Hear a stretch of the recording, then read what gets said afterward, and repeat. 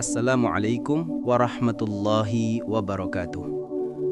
Sahabat-sahabat seiman, semoga Allah limpahkan rahmat dan ketenangan untuk kita semua yang sedang berjuang hari ini.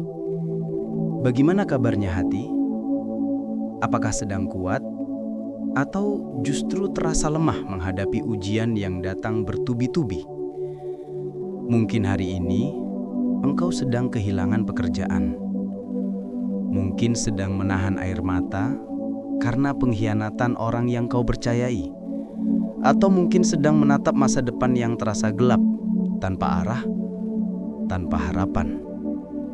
Engkau sudah berusaha, engkau sudah berdoa, tapi hasilnya belum datang. Pernahkah hati berbisik, kenapa semua ini terjadi padaku? Pernahkah terlintas, apakah Allah masih sayang? Sahabatku, sebelum kita melangkah lebih jauh, sebelumnya kita berdoa dulu. Ya Allah, ampunilah dosa kami, dosa kedua orang tua kami, guru-guru kami dan seluruh kaum muslimin. Limpahkan rahmat dan pertolongan-Mu bagi setiap penonton video ini. Ya Allah, berkahilah mereka yang menekan tombol like karena ingin menegakkan kebenaran-Mu. Berikan kemuliaan bagi mereka yang menekan tombol subscribe, agar selalu menjadi bagian dari orang-orang yang mencintai ilmu dan dakwah. Limpahkan pahala berlipat ganda bagi mereka yang membagikan video ini. Semoga menjadi jariah tanpa henti hingga hari kiamat. Dan bagi mereka yang menulis sholawat di kolom komentar, ya Allah, sampaikan salam kami kepada Rasulullah Muhammad SAW, dan catatlah mereka sebagai hamba yang Engkau cintai. Amin ya Rabbal Alamin. Sahabatku, hari ini kita akan merenungkan satu hal. Apa artinya berserah diri kepada Allah ketika semua terasa mustahil? Ustadz Khalid Basalamah menjelaskan bahwa makna aslamtu, aku berserah diri, bukanlah tanda menyerah kalah, tetapi tanda percaya bahwa setiap nikmat dan cobaan berasal dari Allah, dan keduanya adalah bentuk kasih sayang. Kadang Allah menegur karena kita mulai jauh darinya. Cobaan datang bukan untuk menghancurkan, tapi untuk menyadarkan. Coba renungkan sejenak. Andai kita selalu bangun dengan zikir, beribadah tanpa lalai, bersyukur tanpa henti, mungkin tak perlu ada cobaan. Tapi karena kita sering lupa, maka Allah datangkan ujian agar kita kembali menunduk dan berkata, "Aku butuh Engkau ya Allah." Jadi, jangan buru-buru mengeluh. Sakitmu, kekecewaanmu, kehilanganmu, semua itu adalah sapaan lembut dari Tuhanmu. Ia ingin engkau pulang, bukan tumbang. Ketika engkau berkata, "Aku sudah tidak kuat," Allah menjawab dalam diam, "Engkau tidak sendiri." Inilah awal dari perjalanan iman, ketika manusia berhenti mengandalkan diri dan mulai menggantungkan segalanya hanya kepada Allah. Sahabatku, tahukah engkau apa makna sebenarnya dari berserah diri kepada Allah? Berserah diri bukan berarti berhenti berjuang, bukan juga duduk pasrah tanpa usaha. Tapi berserah diri berarti percaya penuh kepada keputusan Allah sambil tetap melakukan ikhtiar terbaik yang kita mampu.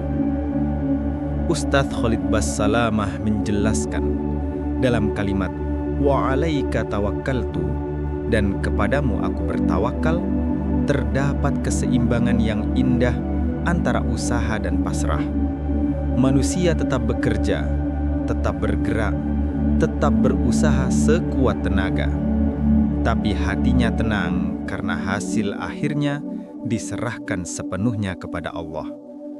Tawakal sejati bukanlah menyerah, tapi percaya setelah berjuang. Seperti burung yang keluar pagi hari dalam keadaan lapar, lalu pulang sore hari dalam keadaan kenyang.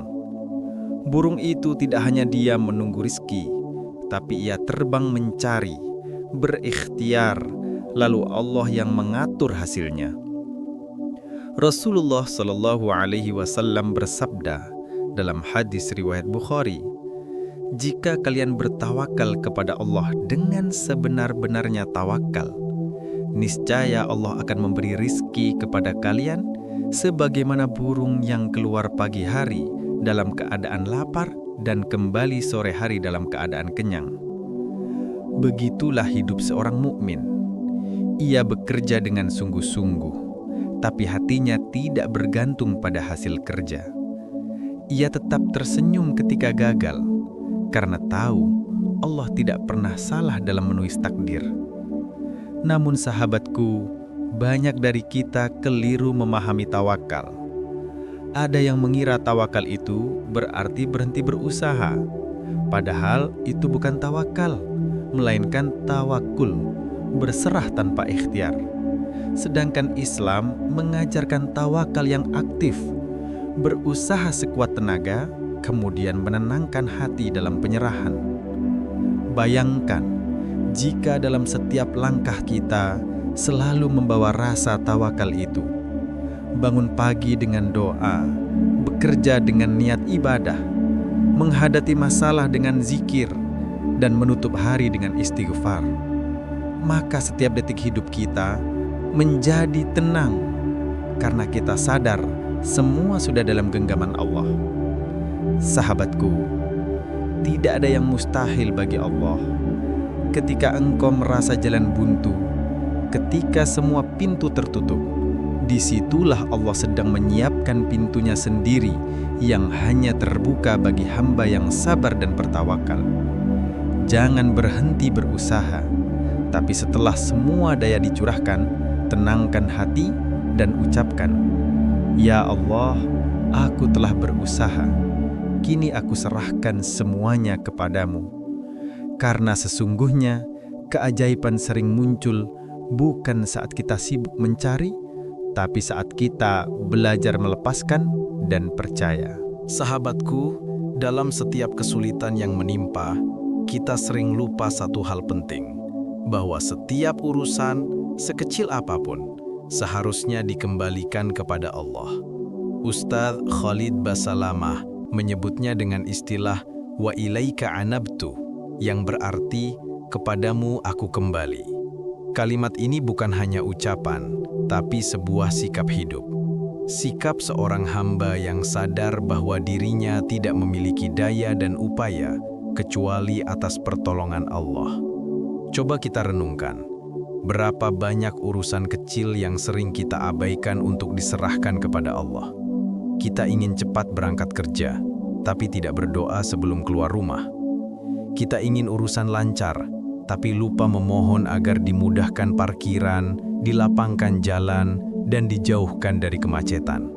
Padahal, Ustadz Khalid mengingatkan, bahkan untuk urusan sederhana seperti minum air atau tidur, Islam telah mengajarkan doa dan zikir. Itulah bentuk inabah, kembali kepada Allah dalam hal kecil dan besar.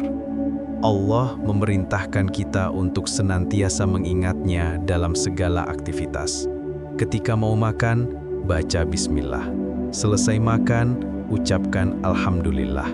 Masuk kamar mandi, berdoa agar terhindar dari najis dan gangguan syaitan. Keluar rumah, mohon perlindungan dan rizki yang halal. Semua ini bukan sekadar ritual, tapi latihan agar hati kita tidak lupa bahwa setiap langkah hidup berada di bawah pengawasan Allah. Sahabat, manusia sering mengira hanya masalah besar yang perlu doa. Padahal, yang kecil pun jika tidak dimintakan kepada Allah, bisa menjadi penghalang keberkahan.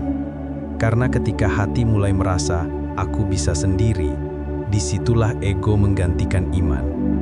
Ustadz Khalid menegaskan, inabah bukan berarti takut tanpa sebab, tapi tanda cinta seorang hamba yang tak ingin jauh dari Robnya.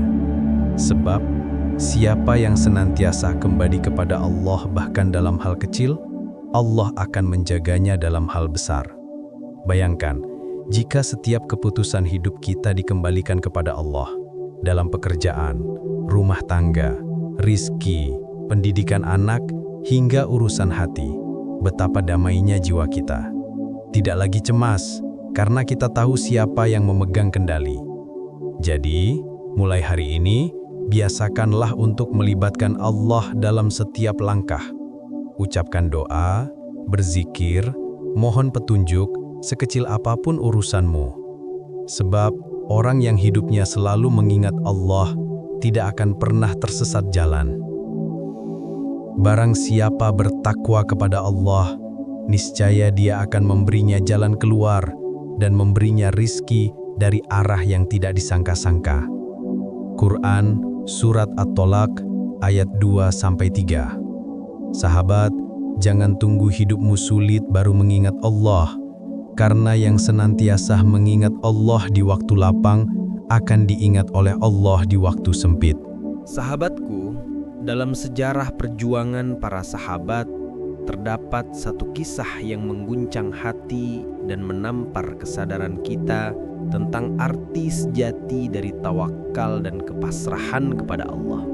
Inilah kisah dua pemuda Madinah yang seluruh tubuhnya luka-luka, namun semangatnya tak padam untuk menjawab seruan Rasulullah SAW. Peristiwa ini terjadi setelah Perang Uhud, saat pasukan muslimin mengalami kekalahan dan luka parah. Tubuh mereka berlumur darah, semangat sebagian sempat goyah. Namun belum genap sehari setelah pertempuran, Allah menurunkan wahyu memerintahkan Rasulullah SAW agar semua pasukan yang ikut di Uhud tanpa tambahan pasukan baru keluar kembali untuk menghadapi kaum Quraisy di tempat bernama Hamrat As'ad. Sungguh perintah yang berat. Bayangkan, tubuh penuh luka, darah belum kering, rasa sakit belum hilang, tapi panggilan jihad kembali diserukan. Utusan Nabi SAW berkeliling Madinah mengumandangkan pesan itu. Wahai kaum muslimin yang ikut di Uhud, Rasulullah memanggil kalian untuk keluar lagi berperang. Di sebuah rumah dua saudara muda berusia 15 dan 16 tahun terletak di ranjang ditunggui ibunya. Luka mereka dari kepala hingga kaki. Tapi begitu mendengar seruan itu, si kakak menatap adiknya dan berkata, "Bagaimana mungkin kita tetap di ranjang, sementara Rasulullah memanggil kita?" Adiknya menjawab lirih, "Bagaimana kita bisa bergerak? Luka kita terlalu parah." Namun sang kakak menegaskan, "Aku seret kamu beberapa langkah, lalu kamu seret aku beberapa langkah, tapi kita harus berangkat." Mereka pun saling menyeret tubuhnya di tanah menuju gerbang kota, di mana Rasulullah dan para sahabat sudah berkumpul. Melihat keduanya, air mata para sahabat menetes. Inilah bukti cinta kepada Allah dan Rasul-Nya yang tidak bisa ditahan oleh rasa sakit. Dan lihatlah, Allah menurunkan pertolongan. Kaum Quraisy yang mendengar bahwa pasukan muslimin yang luka-luka itu kembali bangkit, malah ketakutan. Mereka berkata, "Jika orang yang terluka pun masih ingin berperang, berarti mereka benar-benar ingin mati syahid." Akhirnya Quraisy mundur dan kembali ke Makkah tanpa pertempuran. Kemenangan moral ada di pihakmu kaum muslimin. Sahabatku, dari kisah ini kita belajar bahwa Allah menolong bukan karena kekuatan fisik kita, tapi karena kekuatan iman kita. Ketika tubuh tak mampu bergerak, tapi hati tetap berjuang, disitulah Allah menurunkan keajaibannya. Maka jangan pernah berkata, "Aku tidak sanggup." Selama hatimu masih menggantungkan diri kepada Allah, selalu ada jalan keluar. Karena Allah tidak melihat luka di tubuhmu, tapi cahaya tawakal di hatimu. Cukuplah Allah menjadi penolong kami, dan Allah sebaik-baik pelindung. Sahabatku, dari setiap kisah, dari setiap ujian, dan dari setiap luka yang menimpa umat terdahulu, ada satu kalimat yang selalu menjadi sumber kekuatan dan pelindung bagi hati seorang mukmin. Kalimat itu adalah hasbunallahu wa ni'mal wakil. Cukuplah Allah menjadi penolong kami, dan Allah sebaik-baik pelindung. Kalimat ini bukan sekedar ucapan di bibir, melainkan ikrar hati yang telah menyerah sepenuhnya kepada Allah. Ia adalah benteng bagi yang takut, cahaya bagi yang tersesat, dan obat bagi yang kehilangan harapan. Ustaz Khalid Basalamah menjelaskan bahwa kalimat ini diucapkan oleh Nabi Ibrahim alaihissalam ketika beliau dilemparkan ke dalam kobaran api oleh kaumnya. Dengan tenang, beliau berkata, hasbunallahu wa ni'mal wakil. Lalu Allah memerintahkan api itu, wahai api, jadilah dingin dan keselamatan bagi Ibrahim. Api yang panas membara pun tunduk menjadi kesejukan. Kalimat yang sama juga diucapkan oleh Nabi Muhammad SAW bersama para sahabat saat mereka luka-luka setelah perang Uhud dan mendengar kabar bahwa musuh ingin menyerang kembali. Mereka tidak gentar. Mereka hanya mengucapkan hasbunallahu wa ni'mal wakil. Dan lihatlah hasilnya. Allah menjadikan musuh-musuh itu ketakutan hingga mereka mundur tanpa pertempuran.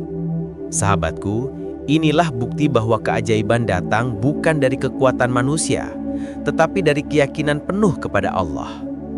Ketika hatimu guncang oleh masalah hidup, hutang menumpuk, penyakit tak kunjung sembuh, atau doa yang belum terkabul, ucapkanlah dengan penuh keyakinan, hasbunallahu wa ni'mal wakil.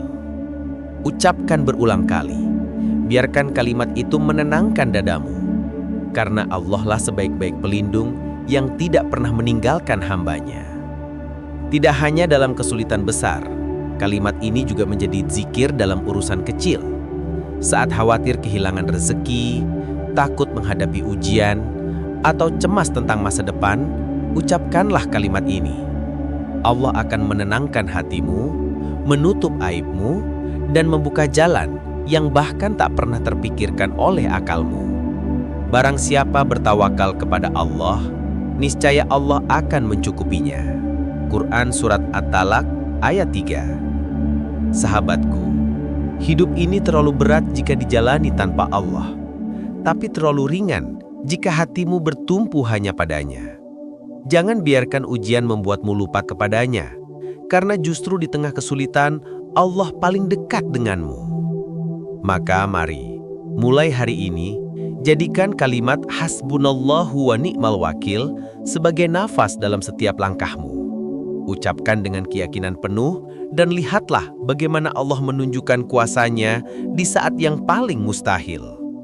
Alhamdulillahirabbil alamin. Segala puji hanya bagi Allah yang telah memberikan kita kesempatan untuk belajar dan merenungkan makna berserah diri kepadanya. Semoga setiap kata yang terucap menjadi penguat iman, penenang hati, dan penuntun langkah menuju ridha Allah. Ya Allah, kuatkan hati kami dalam menghadapi ujian hidup. Ampunilah dosa kami, kedua orang tua kami, dan seluruh kaum muslimin. Jadikan kami hamba yang selalu bersyukur, sabar, dan tidak pernah putus asa dari rahmat-Mu. Berikan kami akhir kehidupan dalam keadaan husnul khotimah. Amin, ya Rabbal Alamin. Wassalamualaikum warahmatullahi wabarakatuh. Jangan lupa sahabatku, tekan tombol like jika video ini bermanfaat, tekan subscribe agar tidak ketinggalan nasihat berikutnya, bagikan video ini, semoga menjadi amal jariahmu. Tulis selawat di kolom komentar sebagai tanda cinta kepada Rasulullah SAW, dan tonton juga video lain yang menguatkan imanmu di saat ujian melanda.